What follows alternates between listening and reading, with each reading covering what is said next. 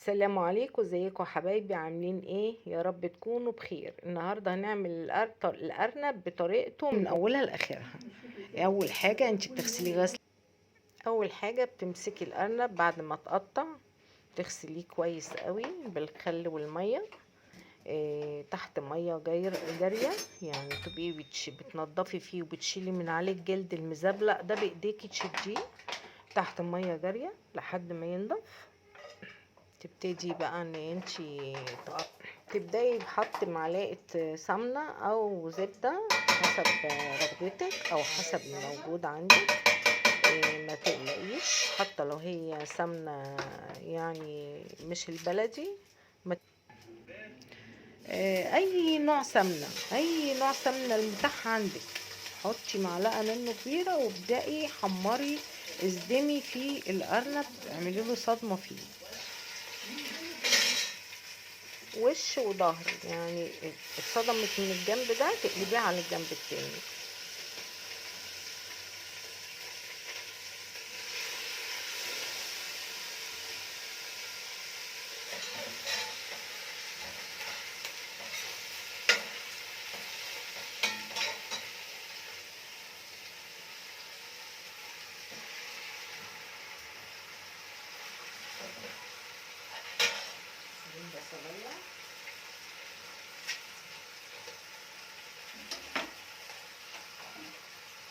قيمة معلقة أكل اللي بتاكلي بيها الرز، تمليها ملح، ومرة تاني تمليها فلفل أسمر. و... انا بحط كده، انا فاهمه ايه اللي انا بحطه، المقدار بعينيا بعرفه لاني انا من زمان بطبخ. فالكلام ده للمبتدئين بالمعلقه بتاعه الشوربه. املي معلقه فلفل اسمر ومعلقه ملح وحطي عليه، وحبهان وفلفل اسمر حسب اللي في الغطا ده، 4 حبهان وشويه فلفل اسمر حسب، وتبداي تقلبيه. عايزاكي تحطي الاكل ده ربع ساعة على النار، عدلة وقلبة عدلة وقلبة مع الحاجة اللي احنا حطيناها والبهارات اللي حطيناها، وما تتقني عليها ولحد ما تبقى تمام لقيمة ربع ساعة. وبعد كده بعد الربع ساعة بتبتدي تحطي مية مغلية.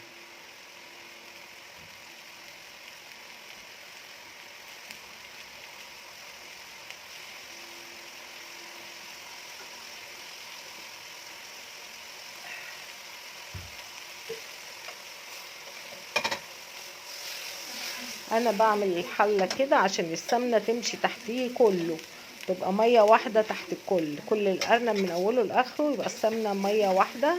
فانا برج الحله كده بحيث اجيب السمنه تحت منها كلها. وتبتدي برضو ان انتي تقلبي فيه. هو انا سرعتلك الفيديو في الحته ديت، لكن هو قعد حوالي 12 دقيقه 15 دقيقه، يعني ربع ساعه ربع ساعه الا. بتعملي له الصدمه دي في السمنه وفي البهارات بتاعته عشان يديكي الارنب المظبوط والريحه الارانب فعلا اللي هي فعلا. الطريقه دي يعني طريقه مبتكره، استخدميها هتعجبك جدا طعم الارانب بالطريقه دي. ولو انت معايا دلوقتي انزلي بقى حطي لي اللايك، وما تنسيش تصلي على النبي في كومنت، وما تنسيش تشتركي عشان تبقي واحده من اسرتي واسرتي تكبر بيكي وليكي. وحبايبي انا بحبكم في الله، يعني تشجيعكم للقناه بيدي روح ومعنويات عاليه قوي. هنا حطينا الميه المغليه عليه، وهنولع تاني على ميه تاني عشان الميه دي قليله، عايزه ايه براد مره تاني. هعمل براد مره تاني واعلق عليه النار يغلي برضه احطه. اما الكبده والفشه زي ما انتم شايفينها في الطبق اللبني ده، انا بحطها بعد الاكل ما يستوي عشان بتحط 5 دقايق مش اكتر، عشان الكبده تاكلها طعمها حلو وتبقى طريه. ما تحطهاش من اول الارنب ما يتعمل، قبل لا. الارنب ما تدفي عليه ب7 دقايق تحطي الكبده والفشه عشان تبقى سواها حلو. على براد ميه تاني عشان لما يغلي احطه برضو على الارنب عشان ما ينفعش بعد الصدمه تحطي له ميه من الحنفيه ساقعه، لا لازم ميه مغليه عشان الارنب ما يزفرش معاكي. الارانب طريقتها كده صحيحه وصح، وتتابعيها هتلاقي طعم الارانب فعلا كده ارانب بمعنى الكلمه.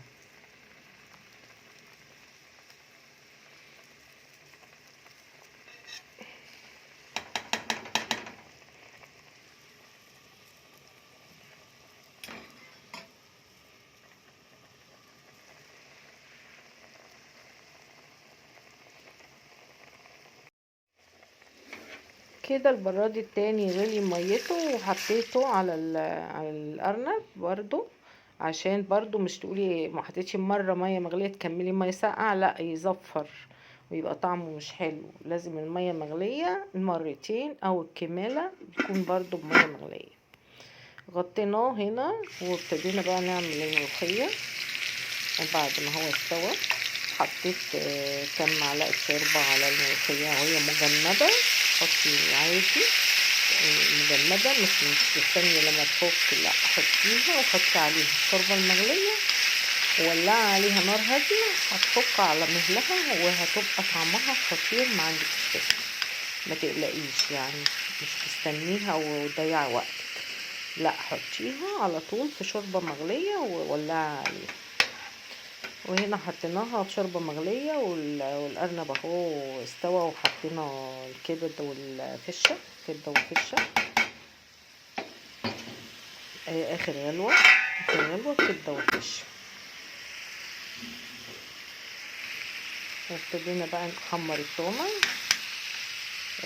التومة دي يا بنات فيها خل وملح، محفوظة بالخل والملح. عارفين الخل ولا بيأثر خالص مع طشة الملوخية، لا بل وبإن بيديها ريحة أجمل وأجمل من اللي هي من غير. يعني هو التوم فيه شوية خل، حطيت شوية ياما على برطمان كبير يعني، فدي نهاية التوم يعني، واخد شوية خل صغيرين بس ريحته على النار خطيرة خطيرة. عايزة اقول لكم يا جماله التوم ده اللي هو محمر محفوظ بالخل والملح، انا اللي عاملاه معاكم على القناة عندي فيديو. لو انتي معايا لحد دلوقتي خدي لفة كده في القناة ان شاء الله هتعجبك.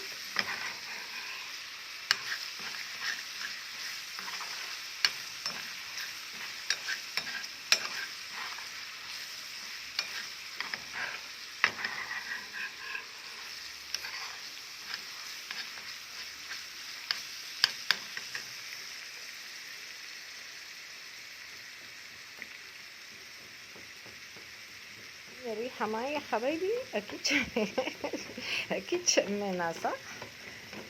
يلا تعالوا بقى اتفضلوا غدا معايا. الملوخية بالارانب عايزة اقول لكم احلى اكلة ممكن تاكليها، وخصوصا لو عملتيها بنفس الطريقة دي. ولو انتي معايا لحد دلوقتي انزلي اشتركي في القناة وما تنسيش اللايك بتاعك، اللايك اللي بيساعدني وبيخليني اتشجع واعمل فيديوهات كتيرة. ارجوكوا حبايبي انا بحبكم، انتوا مش بتحبوني ليه؟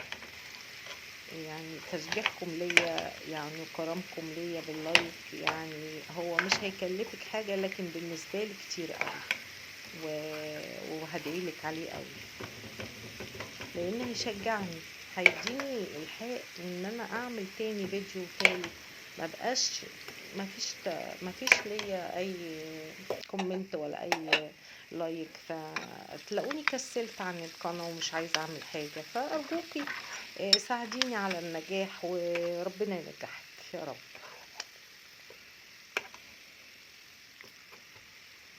وهتستفيدي ان شاء الله، محتوى جميل وهيعجبك جدا وكل حاجة فيه. بس كان فيه محتوى اضافي انا حطاه اللي هي الاخبار، عشان لما حصل غزة واللي حصل من اسرائيل لغزة فلسطين، فانا ضميت المحتوى ده اضافي للقناة، يعني ده زيادة على الطبخ والميك اب وكل الكلام اللي انا بقدمه، تفصيلة فستان، ديكور، اي حاجة انا بقدمها تخص الست. فانتي خدي لفة كده، بس هتقابلك اخبار لو انتي مش حابة الاخبار، خدي لفة في المحتوى اللي انت حباه، وان شاء الله تتبسطي معايا. ولو انت مش مشتركة اشتركي عشان ما تفوتكيش حاجة ويجيلك اعلان بالفيديو اللي نازل جديد. وكده احنا فكينا الملوخية مجمدة، حطينا عليها شوربة، ما استنيناش لما تفك وبعدين حطيناها، نكسب وقت وبتبقى نفس الطعم ونفس الكفاءة، حلوة كده حلوة وكده حلوة، بس كده احنا وفرنا في وقتنا. بفكها في الشوربة المغلية، والثوم بحمره بحيث دي تفك، الثوم يكون اتحمر يبقى تخلص مع بعضيها كده.